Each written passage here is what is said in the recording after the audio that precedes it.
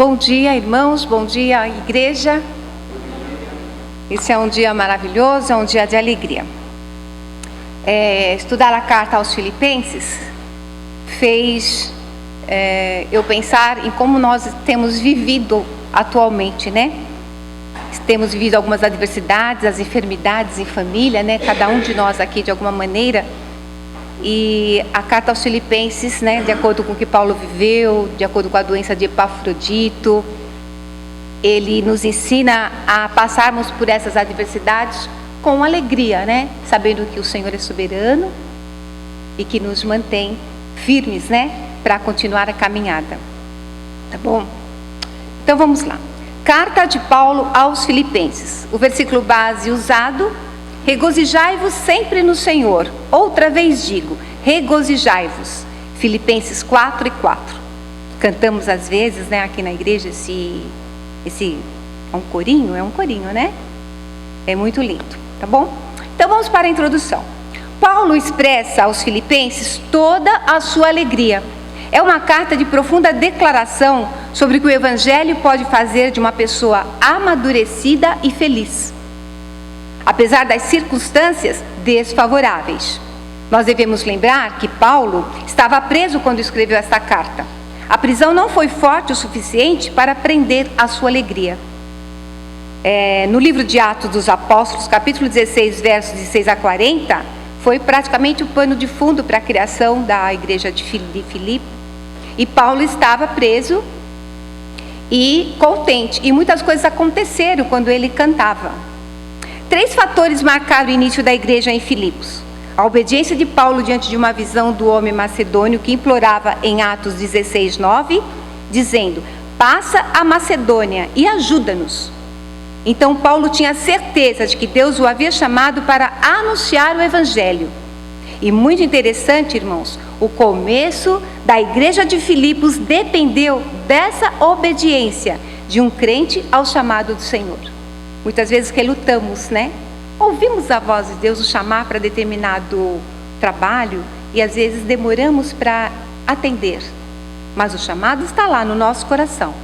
O que Paulo fez? Ele obedeceu ao Senhor e, em consequência, ele foi usado pelo Espírito Santo na conversão de 3 pessoas. 3 assuntos que nós já conhecemos bem, que está em Atos. Há uma senhora rica e religiosa chamada Lídia, em Atos 16, 11 a 15. Uma jovem possessa, em Atos 16, 16, 18. E o oficial do governo, o carcereiro, que aceitou a Jesus e toda a sua família, em Atos 16, 19 e 34. Qual foi a autoria e data da carta aos Filipenses? Paulo escreveu da prisão. O mais provável é que tenha sido quando estava preso em Roma, entre os anos 58 a 60 depois de Cristo, e em meados de 61 depois de Cristo. Para quem ele escreveu esta carta? Para a cidade de Filipos. Foi o primeiro lugar na Europa onde Paulo pregou o Evangelho formalmente e estabeleceu um ramo da igreja, em Atos 16, de 11 a 40. Por isso o pano de fundos relacionado ao início dessa igreja. A igreja foi fundada em meio a muita oposição do povo, luta, sacrifícios e sofrimentos. Mas, apesar da perseguição, a igreja cresceu e foi para ela que Paulo escreveu da prisão em Roma. Por que esta carta foi escrita? Um dos propósitos de Paulo em escrever essa carta era expressar gratidão pelo carinho e apoio financeiro que os santos em Filipos tinham estendido durante sua segunda viagem missionária e sua prisão em Roma. Filipenses 1, de 3 a 11 e 4, de 10 a 19. Ele recebe Epafrodito, leva o dinheiro para ele, né? E conta tudo o que está acontecendo na igreja, traz os assuntos que estão acontecendo lá, mas traz toda a alegria e o amor dos filipenses a Paulo. Então, o que ele faz? Ele apela para que não haja uma atitude egoísta que pode romper os relacionamentos e destruir a base fundamental da igreja. Ele também utiliza a carta para elogiar os membros de Filipos por sua fé em Jesus Cristo e ele deu-lhes conselhos com base em informações sobre eles, que havia recebido de um discípulo que foi Epafrodito. O conselho de Paulo incluiu um incentivo para que eles continuem sendo humildes e unidos. Paulo também advertiu os filipenses a tomarem cuidado com cristãos corruptos, como aqueles que ensinavam que a circuncisão era necessária para a conversão. Essas pessoas, geralmente chamadas de judaizantes, declaravam falsamente que os novos convertidos precisavam se submeter à antiga lei da circuncisão do Velho Testamento antes de se tornarem cristãos. A carta tem todo um tom pessoal e é expressa com grande alegria pelo amor demonstrado. Então ele estava preso, ele estava passando por dificuldades, ele estava falando do Evangelho, falando de Cristo, mas mesmo assim, ele tinha alegria em receber notícias daqueles irmãos e também a alegria em expressar gratidão e ensino, porque ele sabia que os filipenses estavam seguindo os ensinos, mas sempre há algumas contendas que precisam ser resolvidas. Ele não teria certeza se voltaria para lá, não, era um desejo dele, mas a carta foi levada por Epafrodito para os irmãos. A carta tem 4 capítulos. No capítulo 1, nós vemos que os crentes podem experimentar alegria ao sofrer por Cristo. Paulo expressa gratidão pelo companheirismo dos santos de Filipos. Ele ensina que a oposição que sentiu ao servir ao Senhor, inclusive ao ser preso, havia promovido a causa do Evangelho. Então, a forma como você enfrenta uma situação, uma enfermidade, uma adversidade, a forma como você diz para as pessoas a quem você segue, a quem você acredita, e que é aquele Deus, que é aquele mestre que você segue, está te dando forças. Os nossos devocionais, eu gosto muito porque eles nos encorajam, eles nos fazem confiar, eles nos fazem orar, dizendo que devemos servir ao Senhor em qualquer circunstância, em qualquer adversidade. Então ele incentiva os membros da igreja a permanecerem firmes em união ao defenderem a fé. Então continue falando sobre aquilo que você acredita. Continue falando de Jesus. Ele afirma que vale a pena viver e morrer pelo Evangelho, se for preciso. A fé em Cristo é dom, assim como também o padecer por Ele, que é o versículo 29, capítulo 1. Vou ler. Capítulo 1, versículo 29. No finalzinho do 28 diz assim: porque é Deus quem dá a vitória a vocês, pois Ele tem dado a vocês o privilégio de servir a Cristo, não somente crendo nele, mas também sofrendo por Ele. Olha que bênção, né? O reino de Deus, irmãos, precisa de servos leais, precisa de súditos leais e dispostos a viver plenamente os seus valores e morrer por eles. Se nós não tivermos essa convicção de falar com alegria sobre o que nós estamos passando em momentos de tristeza, como que o outro irmão, como que aquela outra pessoa vai ser atingida, então o nosso testemunho é de grande importância. A Irene falou das mães, né, que sofrem. Tem muitas mães aí, ou de pessoas que perdem a vida, né, buscam o suicídio, e tem muitas mães que, não sabendo lidar com o filho, chega a ter esse pensamento, porque é uma dor tão grande, né, de não conseguir tirar aquele filho daquela situação, que a ideia dela é não estar mais ali. Então, se esta mãe conhece Jesus, se nós podemos, em algum momento, poder falar desse Jesus, desse amor, para alguém que está sofrendo por causa do outro, então cabe a nós fazermos isso. No capítulo 2, temos todos os exemplos de serviência que conduz à alegria. Paulo também incentiva os membros da igreja a serem unidos e salienta o exemplo de Jesus Cristo, que aceitou vir à mortalidade como exemplo de amor, obediência e humildade. Um dia, todos reconhecerão Jesus Cristo como Senhor, E Paulo orienta os membros da igreja a trabalharem por sua própria salvação. Um dos grandes problemas das igrejas primitivas era a questão da unidade. E hoje também isso é bem visível, né? Os problemas que o egocentrismo traz sobre a igreja são imensos. Então Paulo exorta a unidade baseado no exemplo de Cristo, que abriu mão, se esvaziou da sua glória para se tornar um de nós. Ele não é apenas o Salvador, mas é também exemplo de abnegação, de entrega completa por amor aos homens. A igreja, irmãos, ela só cresce quando nós temos a unidade. O alvo não é individual. Em tudo o que fazemos, é Cristo que deve ser glorificado e exaltado.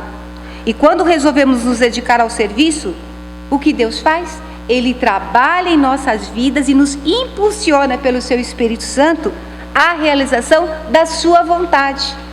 Então, quando nós nos dispusemos e acreditamos no que estamos fazendo, e que isso não é um trabalho nosso, mas é para exaltar o nosso Deus, o nosso Salvador, aí nós vemos a graça e os milagres que acontecem em nossas vidas, através da nossa disposição em servir. E aí percebemos que no fundo nós estamos realizando não a nossa vontade, mas a vontade que Deus colocou para as nossas vidas e nossos corações. Ele cita 2 exemplos de entrega. Em Filipenses 2, de 19 a 24, ele fala de Timóteo como exemplo de preocupação com os outros. E em Filipenses 25 a 31, ele fala de Epafrodito como exemplo de alguém que arrisca a própria vida a favor dos outros. Ele adoece, Paulo trabalha com ele e ele leva a carta para a igreja de Filipenses. Então é isso que nós temos que fazer. Trabalhar com dedicação, com disposição, com alegria no trabalho do Senhor. Às vezes não é fácil, às vezes estamos assim, sem nem a coragem de seguir o Senhor. Então me dá forças para que eu possa fazer esse trabalho. No capítulo 3, Cristo é a fonte da alegria dos crentes. Paulo adverte sobre os judaizantes. Ele descreve seu passado como fariseu e como desistiu de tudo para seguir Jesus Cristo. Ele exorta os santos a seguirem seu exemplo e continuarem firmes rumo à salvação. Paulo explica que Jesus Cristo transformará nossos corpos físicos em corpos gloriosos como o seu. Paulo ensina que a vida cristã sempre está em processo de aperfeiçoamento. Ninguém na experiência terrena alcançou a perfeição. A liberdade conquistada em Cristo é para nos tornar semelhantes a Ele, inclusive na semelhança de seu corpo glorificado. Filipenses 3, de 20 a 21. Que diz: mas nós somos cidadãos do céu e estamos esperando ansiosamente o nosso Salvador, o Senhor Jesus Cristo, que virá de lá. Ele transformará o nosso corpo fraco e mortal e fará com que fique igual ao seu próprio corpo glorioso, usando para isso o mesmo poder que ele tem para dominar todas as coisas. Então, Cristo é a nossa alegria, é a fonte que nós devemos estar sempre buscando nos alimentar. Quando nos afastamos do Evangelho, da palavra, da comunhão com os irmãos, nós corremos o risco de ficar ouvindo outras coisas e deixar o alimento que é verdadeiro. Então a fonte da nossa alegria, a fonte da nossa dedicação tem que ser a oração, a leitura da Bíblia, a vinda à igreja, a estar com os irmãos. Quando intercedemos, quando estamos orando, nós nos unimos, as pessoas se sentem à vontade. Quando o pastor fala na quinta, fale para o irmão que nós oramos por ele, e eu tenho a oportunidade de fazer isso, eles se alegram. Muitas vezes até oramos pelo telefone. Então é isso, ao estarmos ligados aqui, ao estarmos ouvindo a palavra, ao estarmos lendo a Bíblia, ao estarmos orando, nós continuamos a ser essa fonte. Cristo é a fonte da alegria e nós podemos também ser essa fonte de alegria para outras pessoas. No capítulo 4, então, Cristo é a alegria dos crentes. Paulo incentiva os santos a sempre se regozijarem no Senhor. Ele os exorta a substituir a ansiedade por oração e ação de graças, prometendo que desfrutarão a paz de Deus, que ultrapassa todo entendimento. Paulo admoesta os membros da igreja a pensar em coisas honestas, justas, verdadeiras, puras, amáveis, de boa fama e virtuosas. Ele reconhece que pode fazer todas as coisas em Jesus Cristo, que o fortalece. E assim, depois dele dissertar sobre a providência do Senhor, suprindo todas as nossas necessidades, Paulo se empolga com a glória do Senhor e exclama no versos 20 do capítulo 4: ao Deus e Pai seja dada a glória para todos sempre. Amém.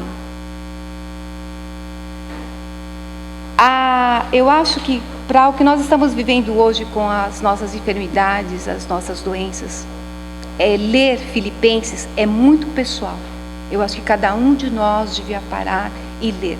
A Silvia trouxe tão bem a carta de Efésios. Lá tinha 2 orações. Na carta de Filipenses, há uma oração, com muitos detalhes de como essa oração deve ser feita.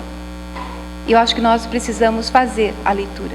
Em 20 minutos você lê a carta aos Filipenses. O capítulo 1 você lê em 1 minuto e 20 segundos. Eu gravei um áudio lendo os capítulos. São muito rápidos, mas sente, irmão, sente, abra a carta aos Filipenses, ore a Deus, peça para que Deus traga a você toda essa alegria, que quando você estiver triste, você possa voltar à Bíblia, voltar à palavra, procurar um irmão, procurar a igreja, para se fortalecer cada vez mais. É muito lindo. Eu vou aproveitar para fazer a leitura da oração, tá bom?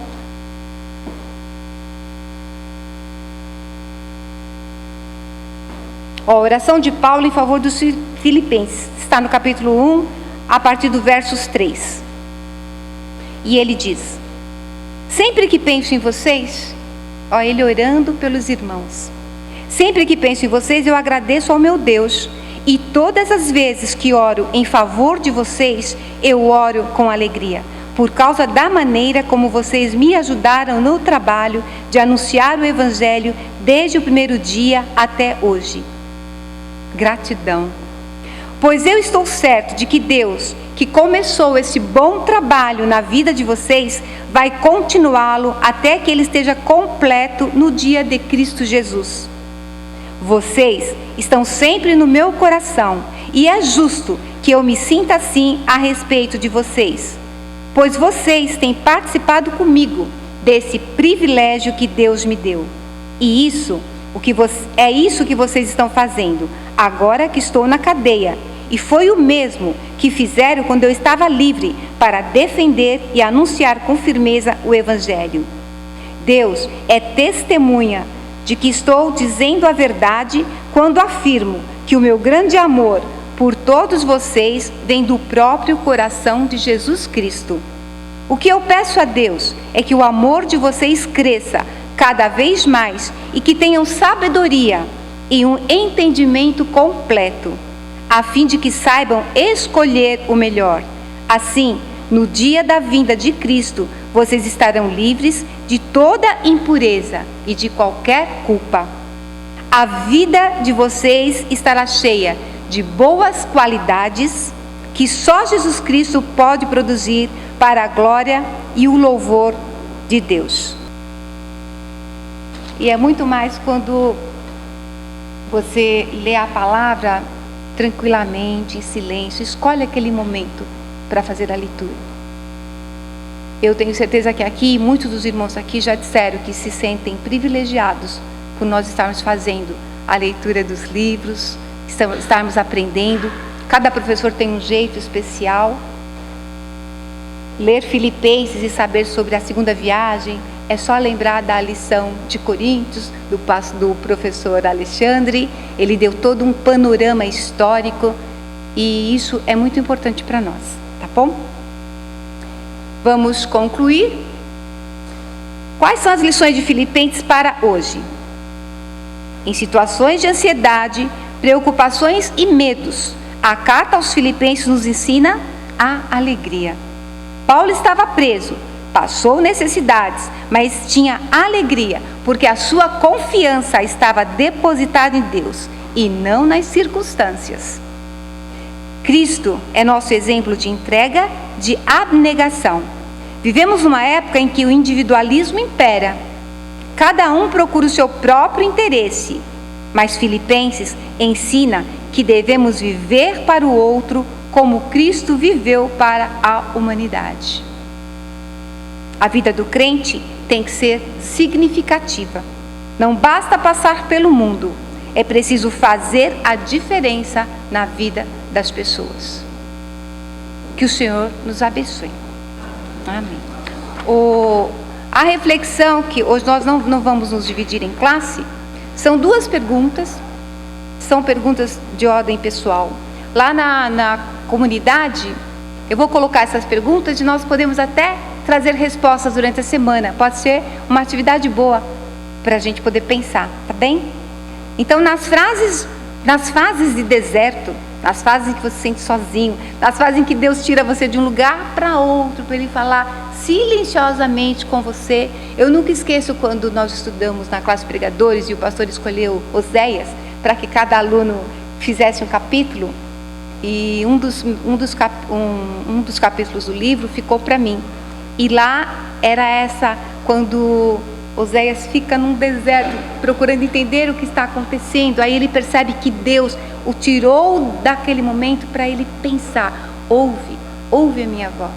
Então é no deserto, é no momento às vezes de grande tristeza, de solidão, em que você pode ouvir realmente a palavra do Senhor. Então a pergunta é: em sua vida você consegue ver a mão de Deus moldando o seu caráter para produzir maturidade cristã? Então, nas fases em que você está com problema, nas fases em que você está solitário, você percebeu, você consegue colocar num papel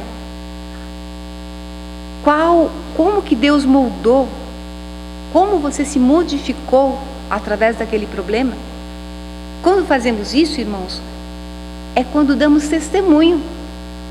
Porque quando a pessoa sabe que você passou por algo, mas você explica como Deus trabalhou, e porque a gente sempre chega o depois, né? Depois que passa aquilo é que você diz: nossa, Deus trabalhou comigo sobre esse determinado assunto. Eu lembro quando o Diego, né, o falecido agora, mas Diego ficou 2 anos sem nós sabermos onde ele estava. E eu, como mãe, pensava: puxa, e agora? Onde ele está? O que ele está fazendo? E eu orava. Carta de Filipenses ensina, eu acho que tem um trabalho específico para fazer só com o momento de oração da Carta de Filipenses. Porque são várias fases de como você orar, vários meios. Como você ora, por que você ora, de que forma você ora, como você intercede por alguém. E aí depois, aquele tempo de silêncio, onde eu não conseguia ver meu filho, e eu falava com Deus e dizia: Senhor, onde ele está? O que ele está fazendo? Guarda, Senhor, tira ele do mal, liberta ele, livra-o.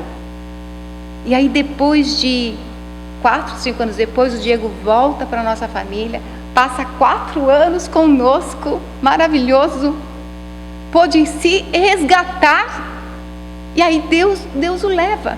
Então assim, por que Deus fez aquilo? Por que Deus fez com que eu passasse o luto? Para mim, eu passei o luto naqueles 2 anos. Então agora eu sinto meu coração tranquilo, calmo, eu entendo. Então, irmãos, às vezes as pessoas muitas pessoas me ligam e querem falar sobre o seu problema, né? Chorar, desabafar, porque precisa falar. Então eu acho que esse é o momento de você usar o deserto onde Deus te colocou e mostrar para essa pessoa que há esperança, há forma de sair, porque Deus está trabalhando. A impressão que nós temos é que não, mas Ele está trabalhando a todo tempo e a todo instante. Nós não saímos da mão do nosso Senhor. em nenhum momento. Ele não nos abandona. Então pense e responda. A segunda está assim: as cartas de Paulo trazem algumas das suas preciosas orações. Já estudamos 2 delas na carta aos Efésios. E em Filipenses temos mais uma oração, que está no capítulo 1, que eu li, do versos 3 a 11. Então a pergunta é: quais são os assuntos que mais aparecem em suas orações, em minhas orações? Por quem e pelo que você ora? Por quem e pelo que eu oro? Nós fomos desafiados a orar por, acho que era mais de 60 crianças, né, do Rio Grande do Sul, que estão com os pais desaparecidos e mortos. Mais de 55 crianças que perderam seus pais. Então nós temos que orar. Então acho que cada momento que paramos para orar é um momento de pensarmos sobre o que estamos intercedendo, por que estamos suplicando, por que estamos pedindo. E vendo a carta total de Paulo sobre a gratidão que ele tem por aquela igreja que manda a parte financeira para ele, mas que ele sabe que aquela igreja toda ora por ele. A libertação de Paulo na prisão sempre foi porque a igreja estava orando. Então assim, e a nossa oração de gratidão? Porque nós não podemos só pedir, né? Nós temos que agradecer a todo instante por tudo que Deus nos dá. É isso, irmãos. Obrigada.